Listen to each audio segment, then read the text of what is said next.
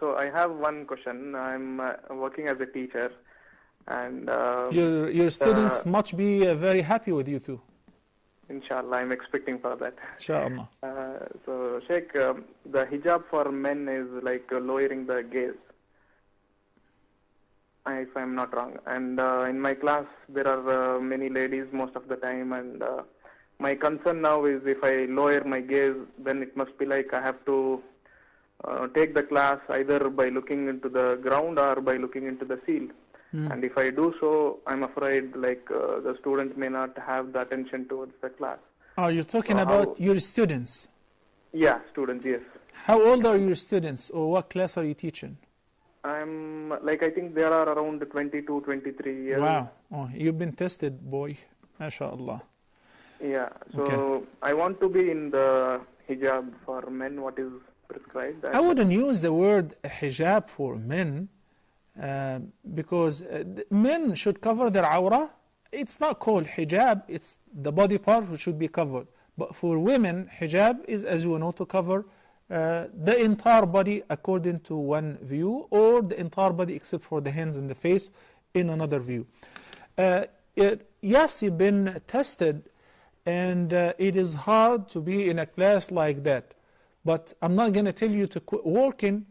If you find a school where you'll be only teaching boys, that's much safer. Alhamdulillah, shukrullah. Otherwise, if you're stuck in this place and this is what you have for the time being, yes, you have to keep looking only towards the boys, or lower your gaze so that you would not be looking at girls, because they are grown-up girls. You're talking about college students. This is why when we say that Islam does not allow free mingling, some people think this is very extreme and this is radical and so on. No, this is one of the steps of maintaining modesty of the entire society, because another baridu zina. When one keeps looking at beautiful girls right and left, what do you expect next? He's got to think about it.